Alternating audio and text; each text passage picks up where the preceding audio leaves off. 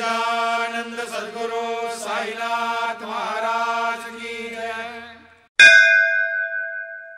ஹே ஜீவனே, மனதின் சந்தேகங்களை விட்டுவிடு. வாழ்க்கையின் சந்தேகங்களை விட்டுவிடு. பிரம்ம பிரகாசம் அனைத்து உயிருள்ள உயிரற்ற உலகில் வியாபித்துள்ளார். ஆன்மீகத் தொடர்புள்ள பேரின்பத்துடன் இணையுங்கள். வாழ்க்கையின் சந்தேகங்களை விட்டுவிடு. காலடிகளின் நிலை உறுதியாக இல்லை, வயிறு நிரம்பவில்லை. நீ பலவீனமாகிவிட்டாய். வாழ்க்கையின் சந்தேகங்களை விட்டுவிடு. கண்கள் பார்க்க முடியவில்லை, காதுகள் கேட்பதில்லை. கைகளின் அசைவுகள் நின்றுவிட்டன. வாழ்க்கையின் சந்தேகங்களை விட்டுவிடு. என்னுடையவர் என்கிறாய், அவர் உங்களுடையவர் அல்ல. பயனற்ற மாயையை ஒதுக்கி வைக்கவும். வாழ்க்கையின் சந்தேகங்களை விட்டுவிடு. உன் இதயத்திற்குள் ஒரு கணம் எட்டிப்பார். உன்னுள் இருக்கும் இனிமையைப் பெற்றிடுவீர். வாழ்க்கையின் சந்தேகங்களை விட்டுவிடு. குருதேவ் தாசன் வேண்டிக் கொள்கிறான். இதயத்தின் விருப்பத்தை நிறைவேற்றுங்கள். श्री सच्चिदानंद सद्गुरु साईनाथ महाराज की जय। சத்குரு மாதா அறிவையும் பக்தியையும் அருள்வாய். சிறு சிறு திறமையை ஏற்றுக்கொண்டு. உன் குழந்தைகள் மிகவும் பேராசை கொண்டவர்கள். பஞ்ச காலத்தில் பிச்சைக்காரர்களைப் போல. அஜீரணம் ஏற்பட அதிக நேரம் எடுக்காது. எனவே குரு காப்பாற்றுபவர். குரு ஒப்பற்றவர் என தாசன் கூறுகிறான்.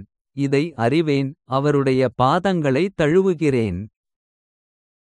श्री सच्चिदानंद सद्गुरु साईनाथ महाराज की जय। புராணங்களை மிகுந்த மரியாதையுடன் வாங்கினேன். அதன் ஒரு பக்கத்தை கூட படிக்க திறந்து பார்க்கவில்லை. இப்போது படிப்பதில் அதிக நம்பிக்கை கட்டியது. எனது உற்சாகத்தை எப்படி காட்ட முடியும்? காலம் வீணாகக் கடந்துவிட்டது. ஹே நாக்கே, இப்போது பாண்டுரங்கனைப் பாடவும். தாயே தந்தையே, ஏழை மீது இரக்கம் காட்டு. ஷீர்டியின் ராஜா இந்த ஊடகத்தை நடத்துகிறார். श्री सच्चिदानंद सद्गुरु साईनाथ महाराज की जय। கடந்த கால நினைவுகள் வரும்போதெல்லாம். ஆன்மாவின் மீது எவ்வளவு சுமை அதிகரிக்கிறது. நடத்தையானது மிகவும் வெட்கக்கேடானது. நினைவில் வந்தவுடன் கண்களில் நீர் நிரம்பின. சந்த்கள் மாமனிதர்களின் வார்த்தைகளை கேட்கவில்லை. அந்த நேரத்தில் காதுகள் செவிடாகிவிட்டன. சமர்த சத்குரு வழிகாட்டினார். என் மனதில் நம்பிக்கை எழுந்தது என தாசன் கூறுகிறான். श्री सच्चिदानंद सद्गुरु साईनाथ महाराज की जय।